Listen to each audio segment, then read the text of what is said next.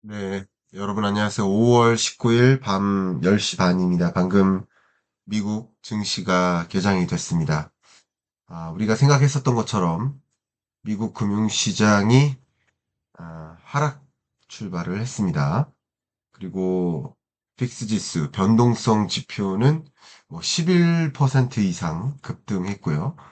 역시 금 가격이 치솟고 있습니다. 10년물 국채 금리가 역시 치솟았는데요.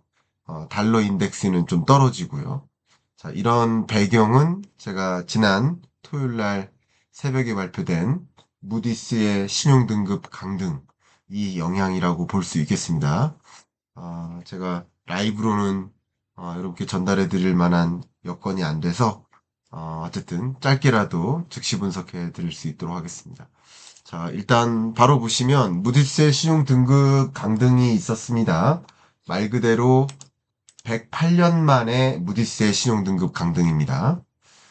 S&P 같은 경우도 2010년대 정도, 11년 정도 이때 신용 등급 강등이 있었고, 피치사 같은 경우는 23년에 있었는데 결국 무디스, 피치, S&P 3대 신용평가사가 공통적으로 미국 국가 신용등급은 최상위 등급까지는 아니다. 그 세컨티어다라고 합의점에 이르는 것이고, 사실 그 어떤 신용평가사보다 더 신뢰감 있고 무게감 있는 신용평가사가 무디스로 알려져 있는데 108년 만에 신용등급 강등이 있었습니다. 보시는 것처럼 무디스의 시험평가 기간이 가장 오래됐죠. 그죠? S&P가 약 1940년 정도에 시작됐고, 피치사는 얼마 안 됐습니다. 그러니까 여러 가지 면에서 무디스의 권위가 좀 높은 편인데, 무디스마저 신용등급을 강등한 것이다. 이렇게 먼저 정리를 하겠습니다. 그런데 신용등급 강등 이미 경고하지 않았느냐, 이미 예정됐었던 거 아니냐, 그러니까 아무 문제 없지 않느냐, 이런 말씀을 하시는 분들이 계십니다. 그런데 원래 경고하는 겁니다. 원래 신용등급 강등을 하기 전에 강등할 가능성이 있다라고 미리 신용등급 전망에 대해서 얘기하는 겁니다. 자, 예를 들면 11년 4월에 미래 신용등급 전망에 대해서 S&P가 안정적이라고 했는데 부정적으로 바꿨어요. 그리고 7월에는 부정적 관찰 대상이다. 워치라는 표현까지 썼어요. 네거티브라는 표현을 넘어서서 경고했죠. 그리고 실제 강등을 한 겁니다. 이해가시죠? 강등 전에 어, 지적을 하는 겁니다. 자, 피치사 같은 경우 23년 5월에 부정적 관찰 대상이다 라고 향후 신용등급 전망에 대해서 경고를 합니다. 그리고 아무 변화가 없으니까 역시 신용등급 강등을 내리고, 그리고 나서 또 향후 전망을 안정적으로 바꾸는 거예요. 그러니까 향후 전망은 AA 플러스라는 거죠. 역시 무디스 같은 경우도 23년 11월부터 부정적으로 바꿨었습니다. 근데 이런 여러 가지 이유들이 개선되지 않고 있으니까 조정을 한 겁니다. 조정을 했고 부정적인 전망에서 안정적인 전망으로 바꾼 겁니다. 그러니까 여기 보시면 바꾼 등급이 안정적이라는 뜻인 거죠. 그러니까 이미 경고했으니까 시장에 아무 영향이 없다라고 생각하시는 분들이 일부 계시던데 그게 아니라 사실은 원래 경고하는 겁니다. 원래 특정하는 겁니다. 그 부분 말씀드립니다. 그러면 지금부터 사실 중요한 것은 왜 많은 분들이 이 질문이에요.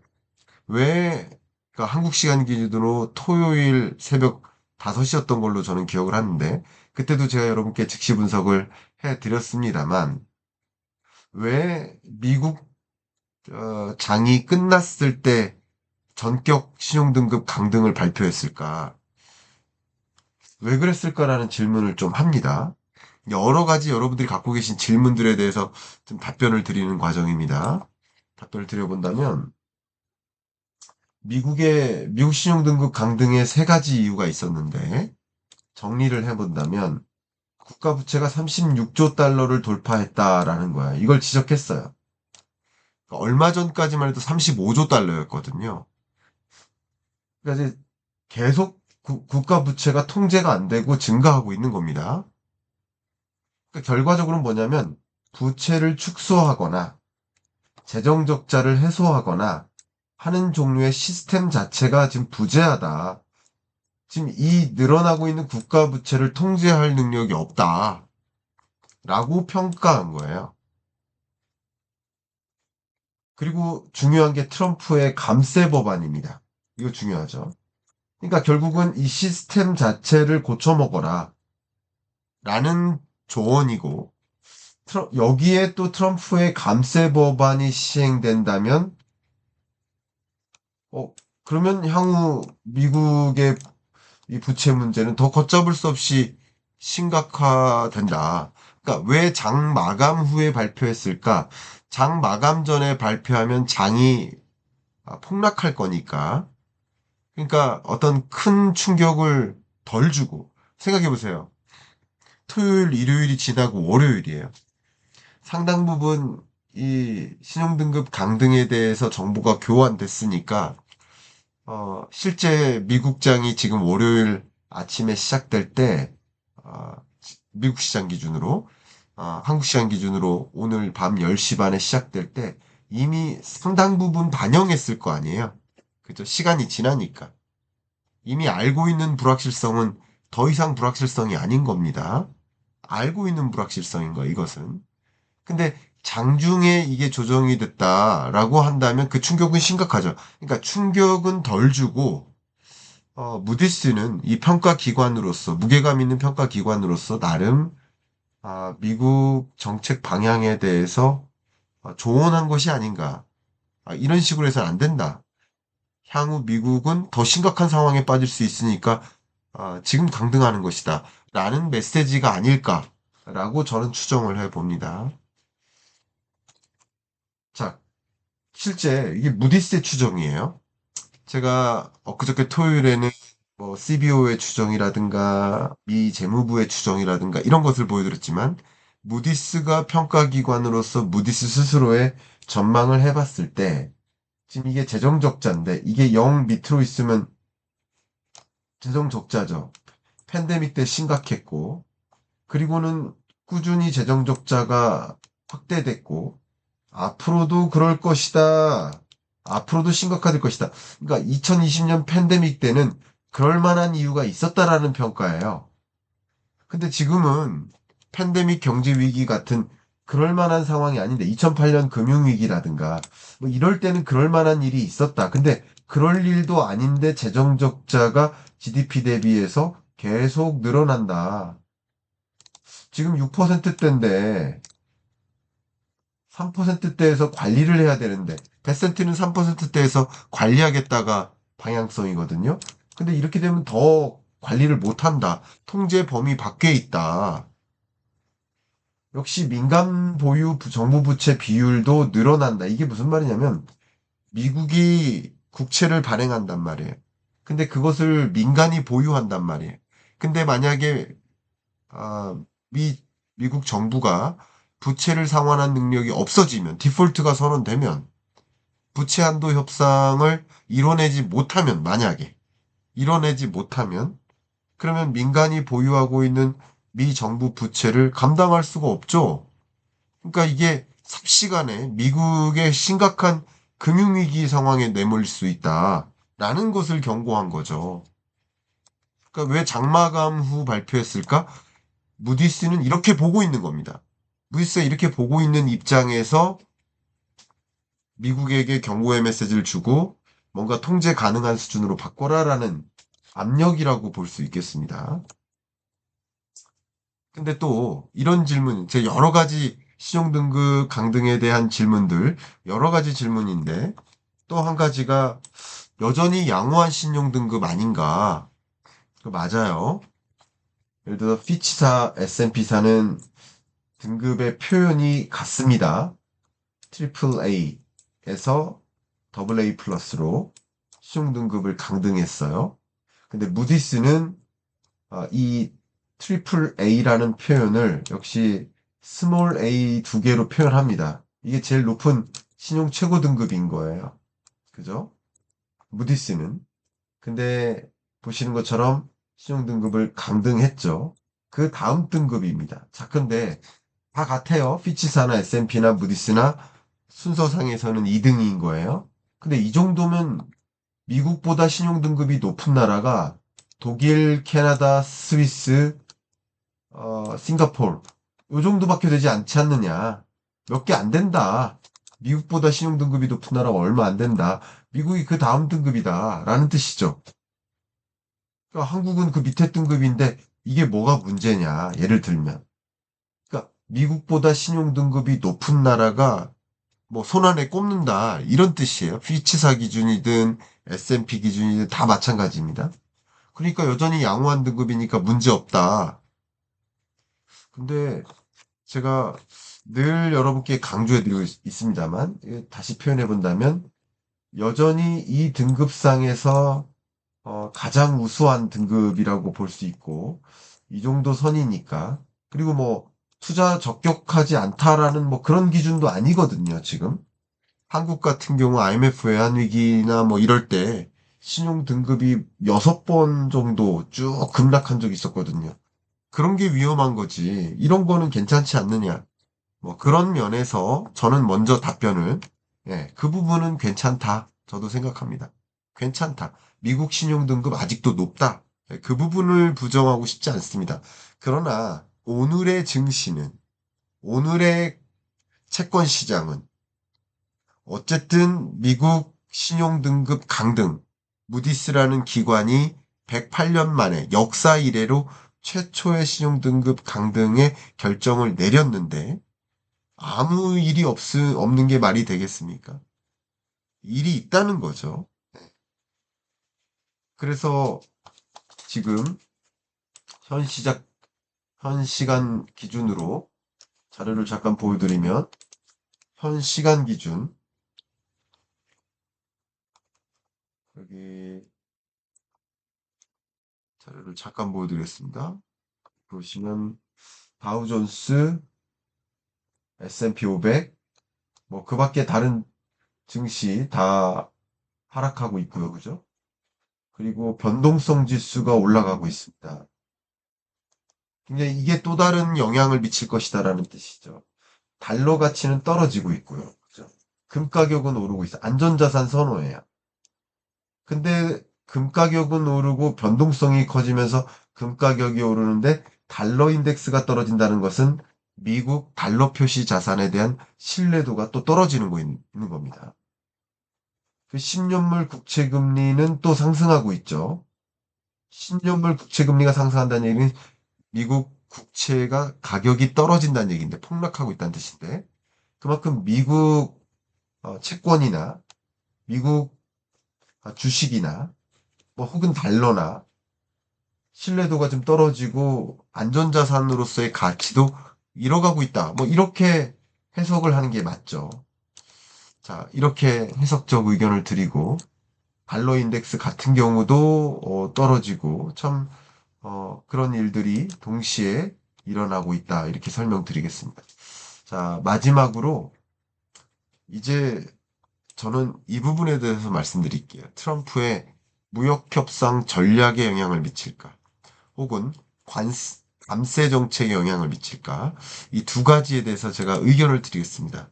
그러니까 무디스는 결국 트럼프식 감세 정책에 대해서 지적을 한 것. 그게 정치적인 견해든 아니든 저는 그것을 구분하고 싶진 않습니다. 근데 어쨌든 감세 정책은 미국 경제에 현재 어울리지 않는다는 걸 지적한 거예요. 감세 정책은 트럼프 일기 때도 했잖아요. 그때는 신용등급 조정을 안 했잖아요. 근데 지금 신용등급 강등은 그때는 감세 정책이 그나마 견딜만 하다라고 평가하겠지만 지금은 그 감세 정책이 미국 경제에 어울리지 않는다. 지금 부채 문제를 고려한다면. 그리고 이 상황 하에서 중요한 게 부채 문제가 해결되지 않으면 국채를 더 발행해야 되는데 근데 중요한 것은 미국 국채에 대한 매력도가 떨어졌다. 신뢰하지 않는다. 이 부분이 좀 중요한 거고요. 그래서 국채 금리가 치솟거나 다른 요인들로 인해 치솟거나 하면 트럼프 입장에서는 굉장히 긴장하지 않을 수가 없고, 역시 파월 연준 의장한테 계속 금리 인하라는 압박을 취할 수가 있는 것이죠.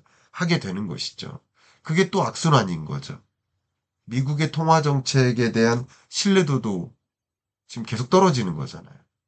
독립성이라는 것이 법적인 명분이 있는 것인데 그런 것들이 계속 악순환이다. 이런 의견을 드리고요.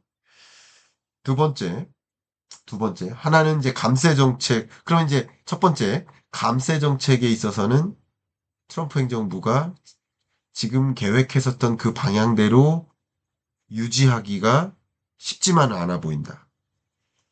좀 흔들릴 수 있다. 그 감세 정책을 지속할 경우 추가적인 신용등급 강등이 있을 수도 있다. 강등하기 전에 부정적으로 또 바꾸겠죠. 네거티브로 바꾸겠죠. 향후 신용등급 전망을 감세 정책을 단행할 때 향후 신용등급에 대해서 부정적으로 표현할 것이고, 이 부분이 좀 심상치 않는다. 의견을 드립니다. 그래서 감세 정책에 대한 조언이니까 감세 정책을 지속할지 여부를 지켜보는 거 매우 중요하겠다.